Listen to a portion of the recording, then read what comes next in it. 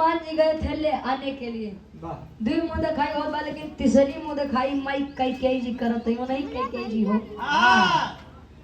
जो बताया जाता है कि माँ कैकेयी से ज्यादा प्रेम राम जी को कोई करता ही नहीं। अच्छा, कान भरने वाले राम जी का वनवास करा दिए, कान भरने वाले शकुनी जी ने महाभारत करवा दिया। और आप लोगों को लगता है कि जे अरे कान भरे वाले क्या कैले हैं? कान भरे वाले उसी के ऊपर FIR करवाएंगे। ठीक है बा, ये आप लोगों का प्यार है, सम्मान है, बहुत बहुत धन्यवाद बा। वैसे गुरु जी बात बात पे पॉइंट वाली बात बोल रहा था। अंतरा के तीसरे अंताल में कवि जी लिखा था कैसे?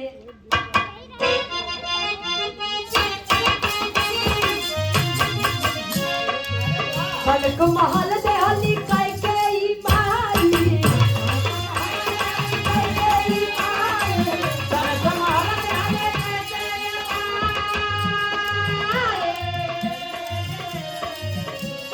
बार बार झुमली मात देखा साई,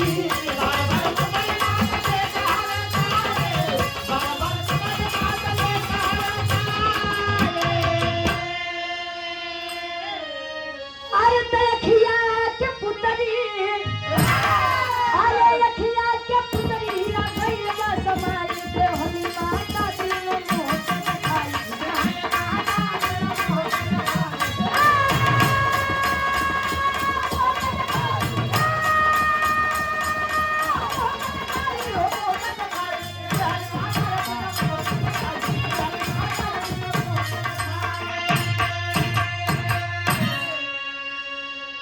कनक महल दहली कैकेयी माई, तो बार बार छुमली माता देखा हर साई। बारे माता, वनवास का दर्द क्या होता है अगर सच में देखा जाए तो उर्मिला जी और लक्ष्मण जी से पूछिए। 14 वर्ष वनवास काटने राम जी और सीता जी साथ गए थे, लेकिन उर्मिला जी अयोध्या में थी और लक्ष्मण जी वनवास गए थे। ये होता है एक सती नारी का दायित्व, अस्तित्व। आज के समय में सबसे ज्यादा धनवान व्यक्ति कौन है आप लोग जानते हैं? जेकरे पास फॉर्च्यूनर बा। कर ज्ञान तैयार गई बा। आज के समय में जिसके पास जीवन साथी वफादार है, मतलब मेहरारू केवल मनसेदू के ऊपर निर्भर है, मनसेदू मेहरारू के ऊपर निर्भर है। नहीं तो फॉर्च्यूनर वाले कितना नीला ड्रम में जाते, तो रुपया पैसा कुछ कामे आई नहीं। और आज के समय में जकरे ऊपर भरोसा करबा धोखा उहे देई। आई के जानला लोग कहते हैं कैकेयी जैसी मां न हो, कैकेयी जैसी मां न हो, काहे न हो भाई? अपने पुत्र के लिए अगर राजगद्दी मांगना ये गुनाह है तो हर माँ ये करेगी। कौन महतारी नहीं चाहती हमारा लड़का आगे रहे? गुरुजी, कौन माँ नहीं चाहती कि मेरा बेटा आगे रहे? भरत जी के लिए राजगद्दी मांगना ये उनके मात्र प्रेम में था। और कहीं कहीं बताया जाता है 14 वर्ष के वनवास के लिए प्रभु श्री रामचंद्र जी ने ही सपना दिखाया था कि माँ अगर आप मेरा वनवास नहीं मानेंगे तो कितनों का उद्धार करना है मैं कर नहीं पाऊंगा।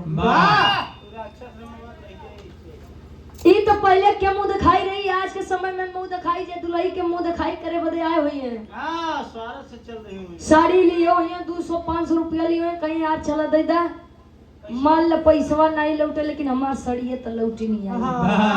हम उनके में एक देते ही हमारे के हम 4 जले दी है। हाँ, मतलब हमारे 4 बेटी यहाँ तो 4 छिपाऊ, उनके में कह दे भी हूँ पीछे स्वार्थ है बाग। आखिरी भाव बात इस मंच के माध्यम से अच्छा है कि मत सोचा कि हम बताओ दे तो हमार स्वार्थ नहीं बा। तो बड़का स्वार्थ बा, हमें छोड़ बाकी सब स्वार्थ से आया। अरे जी सब गुरु, अगर प्रतापगढ़ से हम लोग आए हैं तो बिना स्वार्थ के हम लोग नहीं आएंगे। हम प्रतापगढ़ से, प्रयागराज से, भदोही से, सभी अलग ही अलग जिला वाले आए, सुल्तानपुर से। अब आखिरी भाव किसे?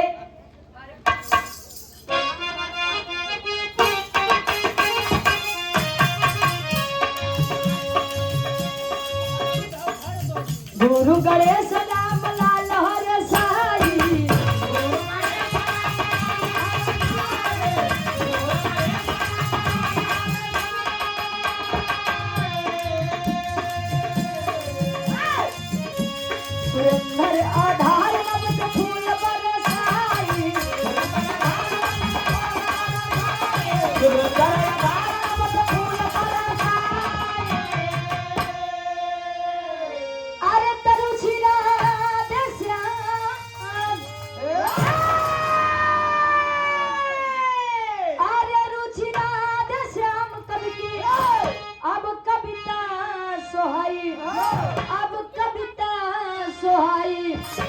हली माता तीनों मुँह के दिखाई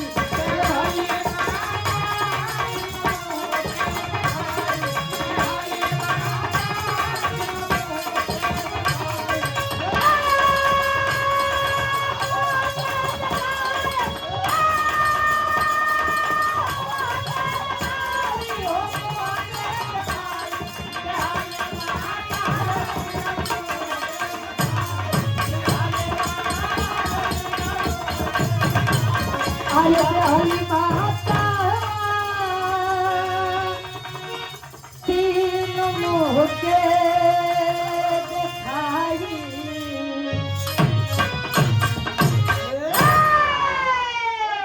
ई मम्मी के हमरे फरमाइश रहे तनी के घर आए दा बात बुआ का नाम बा बुआ के हां ले नाम बुआ गाड़ी दे लेकिन बुरा मत मले